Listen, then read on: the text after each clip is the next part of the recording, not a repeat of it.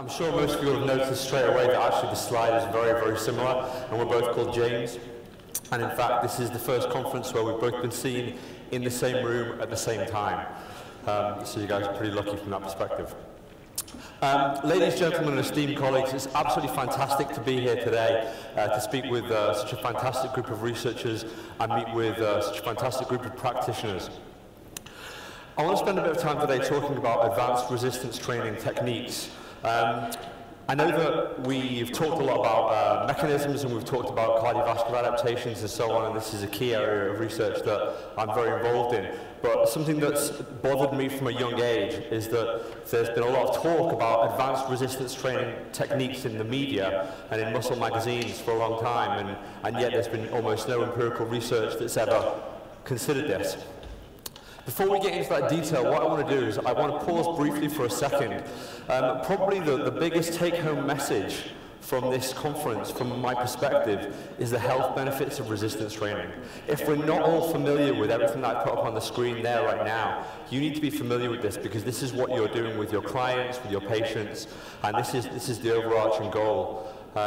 We've heard a lot about myokines and a lot about the metabolic sort of benefits of resistance training and exercise, but fundamentally we've got there the physiological and the psychological, and I know Patrick's going to talk about this tomorrow. But really, I like to start every presentation now by pausing for a second to say we need to look at what the physiological and psychological benefits are and know that what we're doing is really, you know, the right thing for people. More than that, I think we need to pause and look at what strength training is all about, and it's about increasing strength, obviously. I often refer to it as resistance training because there are so many more variables that can be improved and so many more health parameters that can be improved beyond strength. But since the studies that I'm going to talk about today focus on strength as the primary outcome, I wanted to have a few studies that just discuss strength. First of all. So this one and the next two studies, the title is the title of the study and the author is below it, so please find them for yourself, or if you can't find them, send me an email and I'm more than happy to circulate the reference list and the presentation. But here we go. Low muscle mass did not explain the strong association of strength with mortality. Muscle strength as a marker of muscle quality is more important than quantity in estimating mortality risk.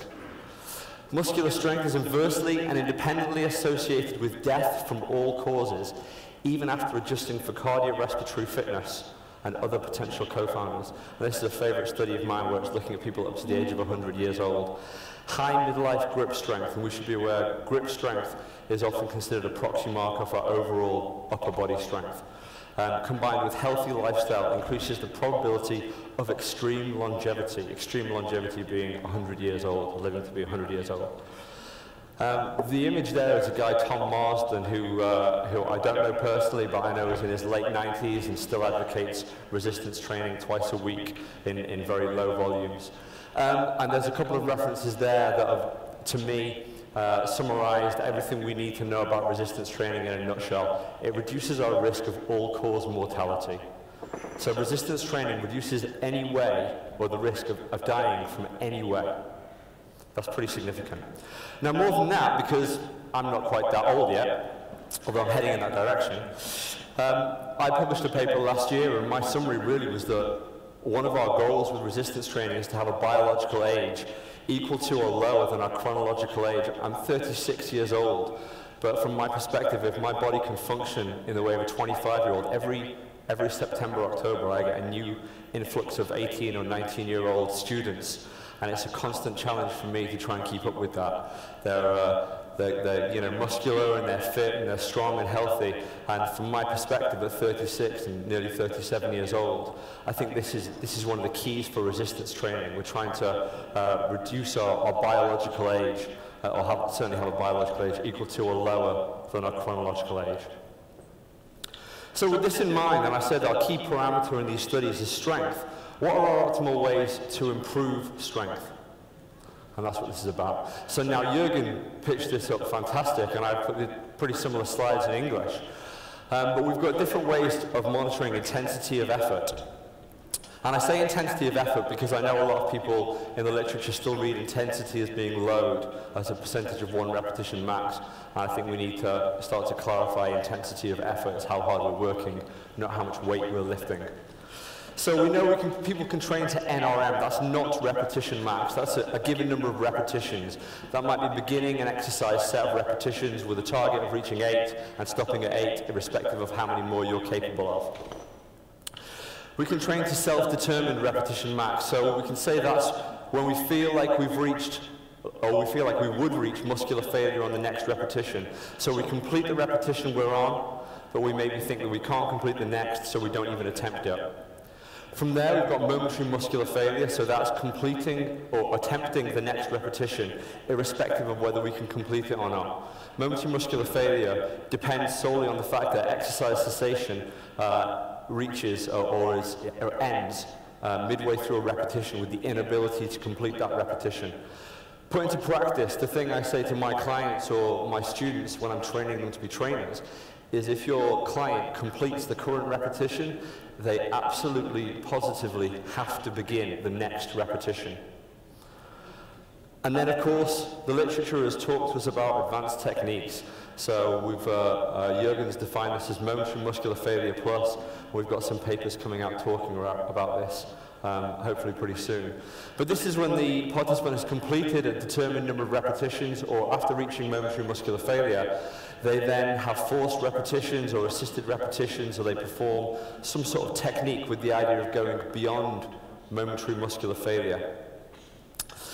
So what might these techniques be? Well, forced repetitions arguably are when you reach the end of a set of exercise and you can no longer complete the repetition you've began.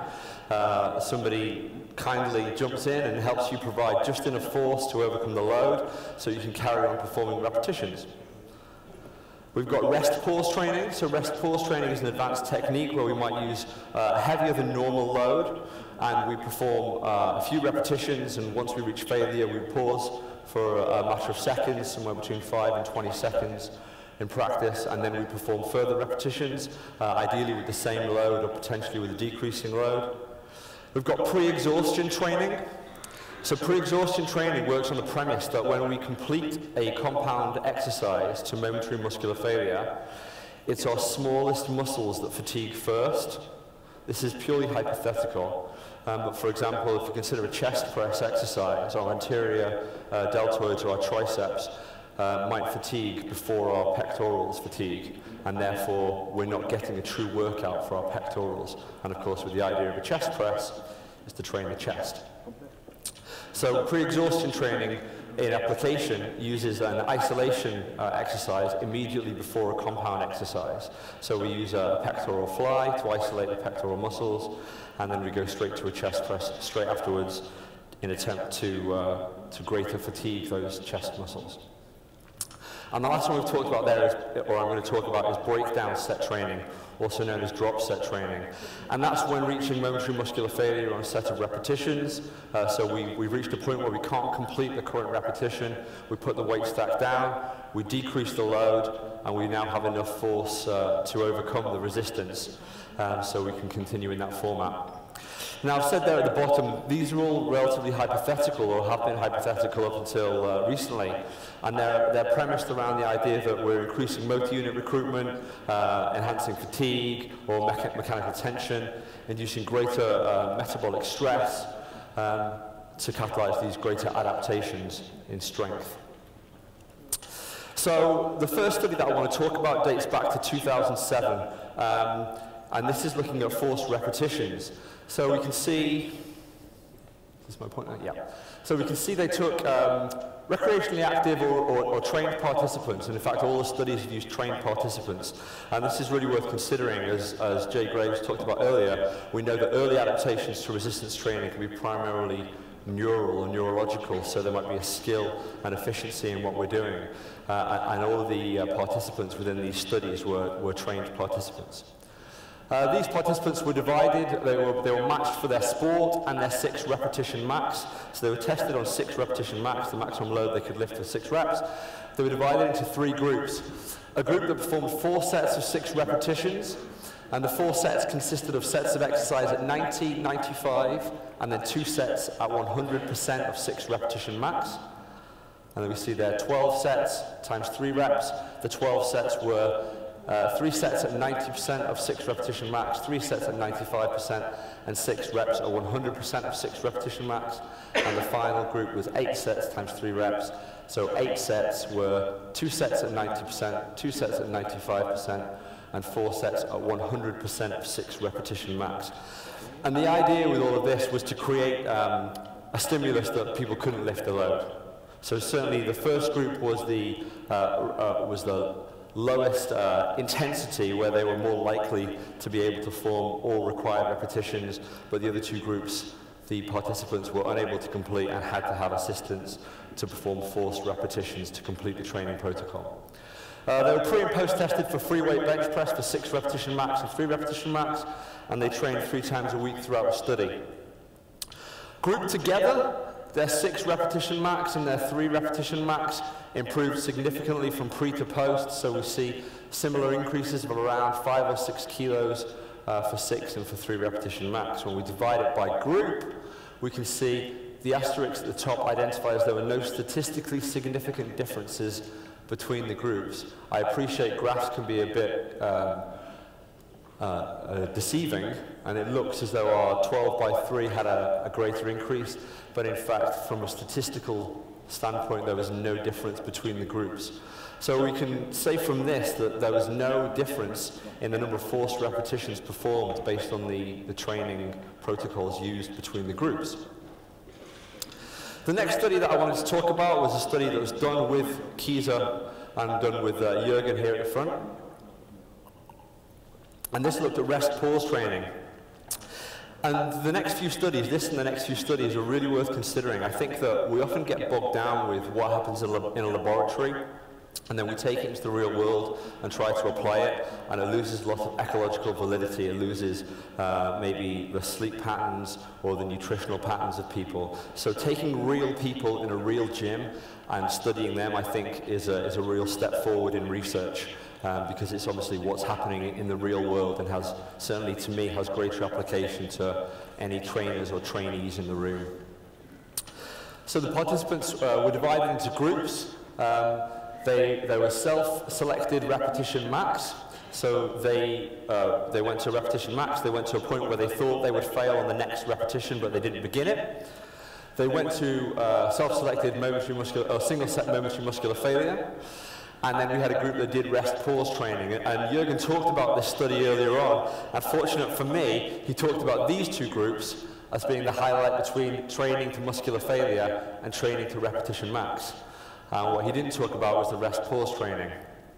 But we can see there the load that they used a slightly higher load, so 90% of 1 repetition max, of maximal torque, and they performed around 18 repetitions, so they took brief rest intervals between some repetitions to allow them to continue.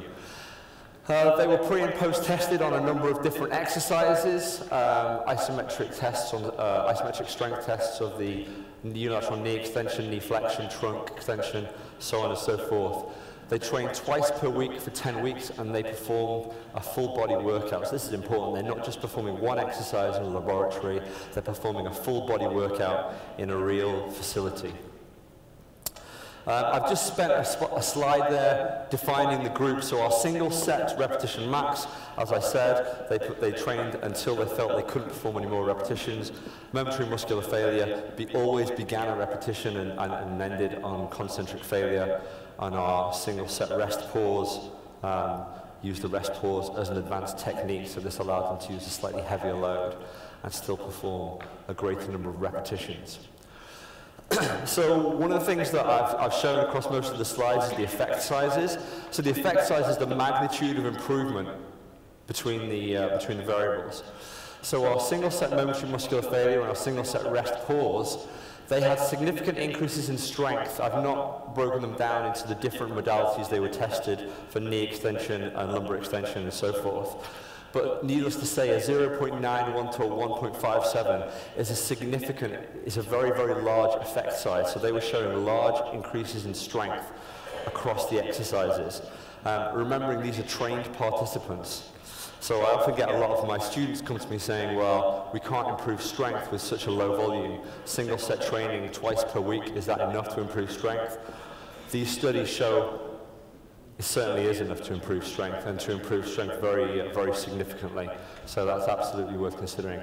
Our single set rest pause, they also improved strength to a statistically similar margin. The effect sizes were slightly lower across the board there, 0.42 to 1.06. More importantly, and as Jürgen alluded to earlier on, the single set repetition max, so these were trained participants, if they stopped when they felt they might not be able to complete the next repetition, they didn't show any improvements in strength. They didn't show any significant improvements in strength. From a graphical perspective, which I appreciate is a lot easier on the eyes, it looks like this. Our repetition max group showed marginal improvements, but certainly nothing statistically significant.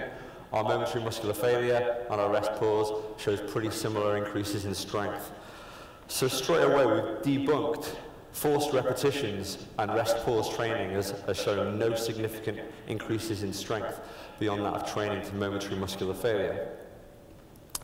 The next couple of studies were performed by myself and some of my colleagues, and we collaborated with a group in the US called Discover Strength. If you don't know who they are, they're definitely worth checking out, and if you're in the Minneapolis area, they'll put you through a great workout.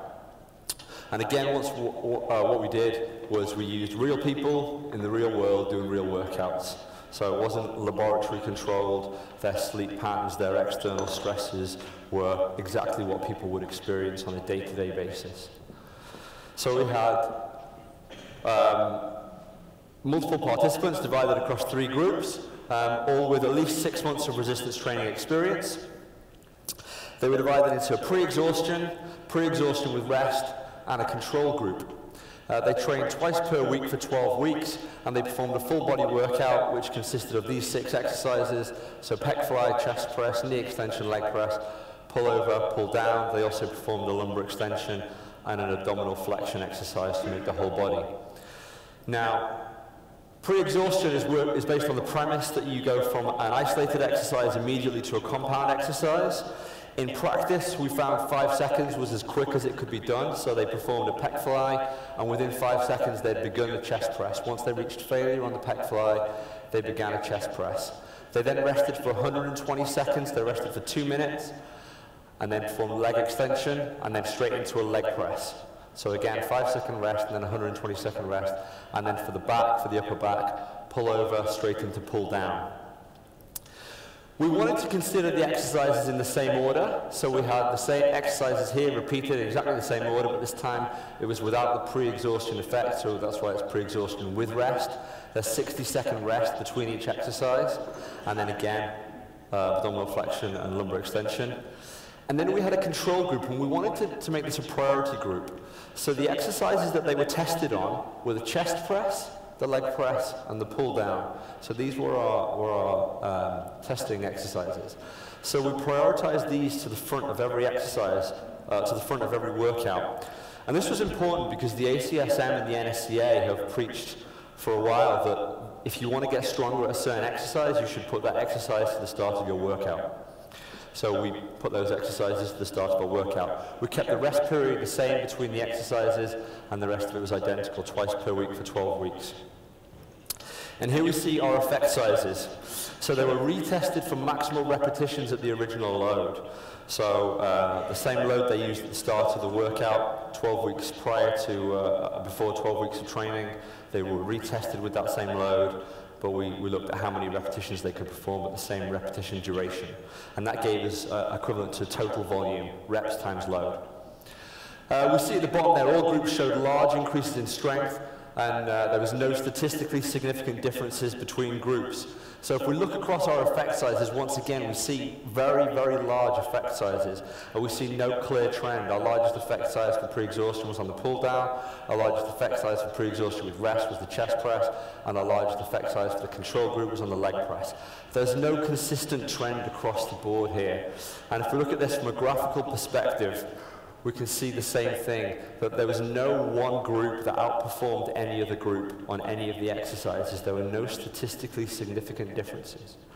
So not only did pre-exhaustion not make any difference, so the hypothesis that we need to pre-exhaust large muscle groups to get a proper workout from them with an isolated exercise before performing a compound exercise, but also that the control group, the control group here in white, this was our priority group. This was the ACSM say that these need to be done first. If you want to get stronger on chest press, leg press, and pull down, which is what we were testing, then you need to perform these first.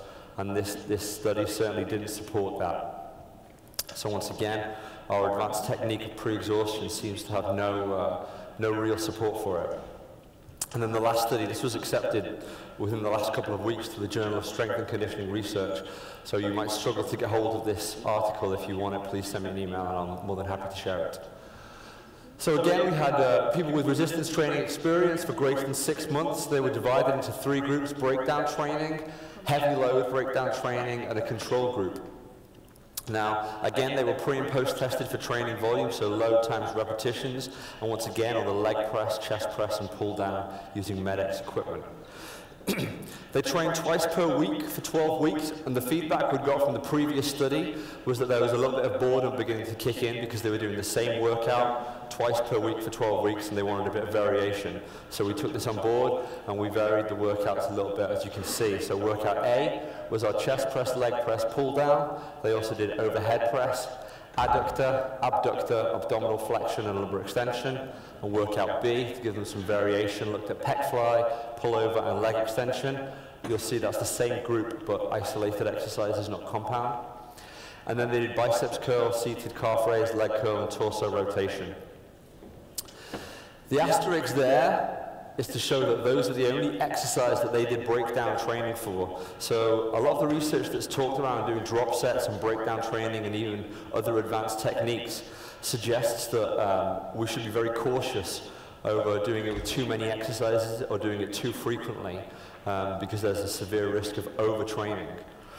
So we took that on board. We applied the breakdown effect once per week, only in workout A, and only for the 3 exercises that were being tested. All sets were performed to momentary muscular failure, and then the breakdown set, they used a load that they could perform around 8 to 12 repetitions to momentary muscular failure, and then they did a breakdown, so they reduced the load by around 30%, and then continued to momentary muscular failure again. We had a heavy load breakdown group, so they used a load that they could perform around 4 repetitions for. And then they reduced it once they reached momentary muscular failure. They reduced the load by around 20% and continued to momentary muscular failure, and they did this twice. And the control group, they just trained to momentary muscular failure for around 8 to 12 repetitions with no breakdown at all. Now, the reason we had 3 groups for this is we were very conscious that if we just had the breakdown group and we just had the control group, then anybody challenging this study would say that, well, the breakdown group did a lot more volume because they trained to muscular failure there, and then they did a breakdown, so they trained to muscular failure again. So we have parity in load between the breakdown and the control group. Both of these groups began with a load that permitted 8 to 12 repetitions. But we also have parity in volume between the heavy load breakdown group and the control group. So the heavy load breakdown group performed around 4 repetitions over 3 consecutive, what we might call sets, dare I say sets. 4 reps for the initial set, and then reduced it by 20% twice, so that was around 12 reps in total. And the control group performed around 12 reps in total. So we've created parity in load between the 2 groups and parity in volume between the 2 groups as well. And there we go, these are our effect sizes again, and you'll see this is very similar to the previous study. Retested for maximal repetitions at the original load. All groups showed large increases in strength, P greater than 0.05 between the groups, so no statistically significant difference between the groups. If we look across the effect sizes, then once again we see very large effect sizes for breakdown training, for heavy load breakdown training, and for our control group. And again, there's no consistent theme suggesting that any one training protocol was any more efficacious than any of the other training protocols. From a graphical perspective, it looks like this. So we see our three groups, our breakdown, our heavy load breakdown, and our control group. And again, we see that there's some variation. As I said before, graphs can be deceiving when we present data this way. But from a statistical perspective, there was no difference between the groups. And there was no consistent theme through the effect sizes. So we've looked at our final advanced technique and said there's still no evidence to support that breakdown sets or drop sets enhance performance beyond training to momentary muscular failure. Because I've just published this study, or it's just been accepted, it was fresh in my mind, and I wanted to present to you that those of you that have read around strength training, which is undoubtedly a lot of people in the room will have probably seen these, and we've got authors such as Ellington Darden and Wayne Westcott, Fleck and Kramer, Jürgen mentioned earlier on today, and John Philbin, some of you might be quite familiar with. So these are commercial texts that have previously advocated breakdown training or drop set training as being a way to break a plateau or as being more efficacious than training for momentary muscular failure. And then even in the academic literature, even in peer-reviewed journal articles, Strength and Conditioning Journal, and both in the Strength and Conditioning Journal, we've got multiple authors dating back to 2005 and 2011 there who have said that breakdown training can enhance muscular adaptations beyond resistance training to momentary muscular failure. And I think this is something that we should just be a bit cautious of. A lot of authors have hypothesized adaptations based on advanced techniques, and they've never actually cited any evidence to support it, and that's even been permitted in the academic literature here. But actually when we get down to the academic research, and there isn't much, this seems to be it so far. There are no benefits to using advanced techniques beyond training for momentary muscular failure. And so I wanted to talk a little bit about why, and I know this kind of comes back to basics a little bit, but I think that sometimes this is forgotten. Henneman's size principle says that as we train through low threshold motor units, they're recruited first for lower force movements, and as they're fatigued, higher threshold motor units are recruited. And Carpinelli, if you haven't read much of Ralph Carpinelli's work, I suggest you go and take a look. And certainly his 2008 paper is a great discussion of heavy and low load training with regards to the size principle and motor unit recruitment. But he says here, and I quote, when the central nervous system recruits motor units, it begins with the smallest, more easily excited, least powerful motor units, and progresses to the larger, more difficult to excite, most powerful motor units to maintain or increase force. Okay. Now, there's been a couple of studies that have come out recently. You'll see this is dated 2015 in the Journal of Strength and Conditioning Research. And they looked at EMG, so they looked at surface electromyography, and they compared heavy and light loads. So they compared the loads of 90, 70, and 50% one repetition max. And they reported that there was a higher peak EMG amplitude for 90% of one repetition max. And this is absolutely accurate. There's no falsification in this. There's nothing misleading in this.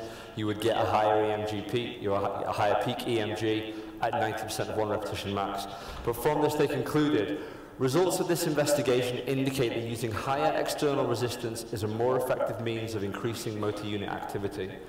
So the long and short of what they're saying is that if you're going to resistance train for strength, you need to use a heavy load.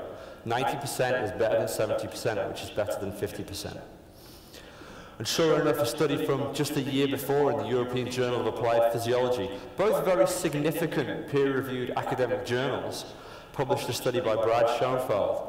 And he also compared EMG amplitude, this time comparing 75% of one repetition max to a low load of 30% of one repetition max, exercise to momentary muscular failure. And once again, the surface EMG supported significantly greater peak EMG amplitude for the heavy load set, which is exactly as you would expect. And his conclusions were, results indicate that training with a load of 30% of one repetition max to momentary muscular failure does not maximally activate the full motor unit pool. Now, unfortunately, this is a conclusion that you cannot make from a peak EMG. And this is why. So, these authors are making a misinterpretation based on synchronous and sequential motor unit recruitment from EMG amplitude. So with a heavy load, there will be a higher peak EMG amplitude. There will be a higher peak electromyographical amplitude because of synchronous recruitment. okay? And with a low load, there will be a lower peak EMG amplitude because motor units are sequentially recruited. From a visual perspective, it looks like this. If I train with a heavy load somewhere, I've split the difference there and said 75 to 90% of one repetition max, then because the load is so high, the force I have to produce is high, so that prompts high recruitment, which causes a high peak EMG amplitude. These are my motor units and muscle fibers, and what we're saying here is it's a high load, so there's a high recruitment. If I take a light load, around 30 to 50% of one repetition max, and I'm training around the 20 repetition max route here, through repetitions 1 to 5, there will be low total recruitment and low peak EMG amplitude because I've only recruited the first few motor units and muscle fibers. But as I progress to reps 5 to 10, I lose some motor units and I switch on some others. And so on through reps 10 to 14, and so on through reps 15 to 19. So we see that our total recruitment is still low, and this gives us our low peak EMG amplitude, and this is the difference between synchronous and sequential motor unit recruitment.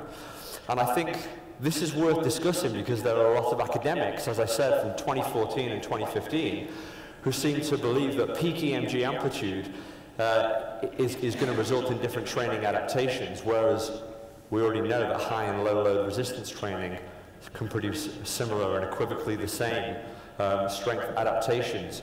There's a review paper from 2011 by myself and my colleagues which discusses this for strength, and a 2013 paper which discusses this for hypertrophy. I'm more than happy to share those if you want to send me an email.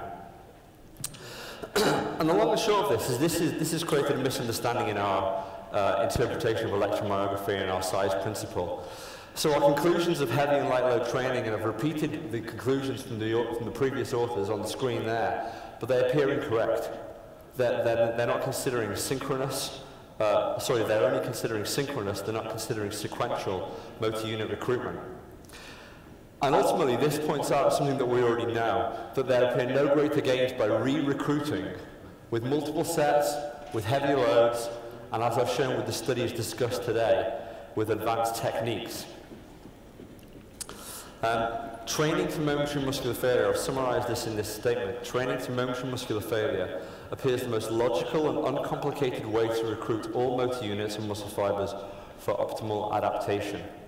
Now, I pointed out at the start that there is very little research within this area. And I also wanted to make very clear that all of these studies use strength as their primary outcome. So the first thing that we need to think about is what are the acute responses to using advanced resistance training techniques, and future research certainly needs to look at this. Whether there's a higher exertion and discomfort associated with advanced resistance training methods such as breakdown sets, pre-exhaustion, forced repetitions and so forth. Whether there's a higher degree of delayed onset muscle soreness, or whether there's a longer recovery rate, perhaps through whole body or even through hormonal responses. And our hormonal effects there, cortisol, human growth hormone, and so forth. We need to look at whether there's a difference in metabolic rate, which might affect weight loss from using advanced resistance training techniques. From a chronic perspective, none of these studies have considered muscle hypertrophy or muscle mass, and that's obviously an area of interest from both a health and an aesthetic perspective. So we certainly need future research in that area. And then, as I said earlier on, there are psychological benefits to resistance training, and we can't consider any training modality or any advanced technique without considering that there might be psychological effects as a product of that technique. So there might be greater degrees of enjoyment, or perhaps through the variation and mental stimulus of performing advanced training methods. And it might in fact enhance adherence and continuation. Certainly somebody asked me a few weeks back when I was talking about this study whether I ever use any advanced resistance training techniques in my own training. And I certainly do, because I enjoy using those methods. I enjoy the variation and I enjoy the challenge of doing it, but I also do it with the knowledge that they're not going to enhance my strength any more than training to momentary muscular failure. So here we go. Evidence suggests there are no greater strength gains incurred by the use of advanced resistance training techniques. Uncomplicated resistance training to momentary muscular failure appears the most logical and productive method of exercise. I think we do well to remember this term, uncomplicated. I think we switch off a lot of people when we talk about resistance training as being suggesting that it's a lot more difficult than it is. If we advocate this as being uncomplicated, being relatively simple, then we'll potentially encourage a lot more people to participate and hopefully do a lot for the health of our country and the world. Thank you for listening. Are there any questions? I think I've done well for the time perspective. Thank you very much.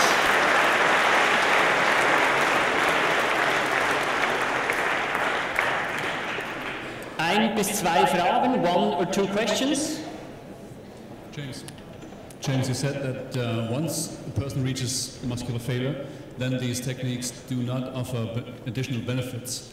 But we've just heard many times that lots of people have difficulties in going to failure.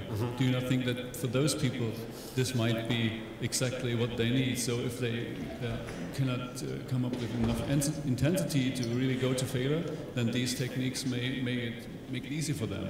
Also ich sage es gerade nochmal auf Deutsch. Wir haben ja gerade gehört, dass wenn man wirklich bis zum Muskelversagen trainiert, dann braucht man keine Intensitätstechniken. Aber wenn jetzt, wir wissen ja aus der Praxis, dass viele Leute eben nicht bis zum Muskelversagen gehen, weil sie es nicht ganz schaffen, und wären dann nicht diese Techniken genau das Richtige, um den zusätzlichen Nutzen noch rauszukitzeln?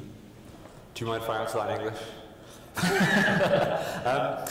I think you're absolutely right, and I think this is one of the key questions. And the groups that I work with in the US called Discover Strength, when we published this research, I spoke with the managing director, and I said, you know, how are you still going to encourage your trainers to use these advanced techniques? Because a lot of your training is predicated on these methods. And of course, the reality is, it takes a significant amount of motivation to train to momentary muscular failure. And by my experience, probably maybe 50% of people that say they train to muscular failure really come close to or train to momentary muscular failure. So I think the use of advanced techniques can be considered as a way to help people reach muscular failure. And by that rationale, it might be that in a lay population who are inexperienced in them, that there are greater benefits to be had by using advanced techniques simply because they reach a higher intensity of effort and they train to muscular failure by recruiting all motor units. So I think that's a key point. Thank you very much. Another question, eine zweite Frage. I try to do it in English. You said that it is very important the strength and not the mass of the muscles for longevity. And I think that the hormones have a very important impact on this story, because you have also the stories that people live longer when they are sexually active, and this is the testosterone. And I think that in training there is a very great impact of these hormones. I think you're absolutely right. I think there are multiple factors that affect longevity of life, and certainly resistance training is a key towards this. From both a strength, a muscle mass, and a hormonal perspective. I think one of the things that we need to consider, and this is where I talked about recovery, is if there is an acute response via hormones that prompts longer life or a healthier life, then if we train to a very, very high intensity, which prompts us to reduce our training volume to maybe only once per week or once a fortnight, because our training is so intense that our muscles are so sore, then maybe we lose some of these benefits of the acute hormonal responses and adaptations. So maybe we should, to some extent, make sure we reach the threshold but not exceed it, so that we can then train again more frequently and reap the rewards of this training. It's a very good comment, thank you. Zum Schluss noch Werner Kieser. As I understood, you train them with those advanced methods 2 times a week. Mm-hmm. Yeah, according to my personal experience, without any studies, that's too much. Mm-hmm. It takes more than 7 days to recover from, especially from the breakdown method, which I estimate as the most exhausting method. Personally, and with some athletes I trained, we had 10 days or even longer until they got full recuperation and got their strength increased significantly. Mm-hmm. That's.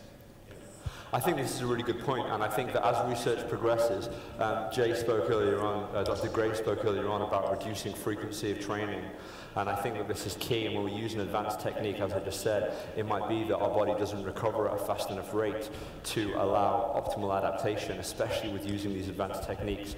The problem that we've got is when you use motivated participants, they want to train.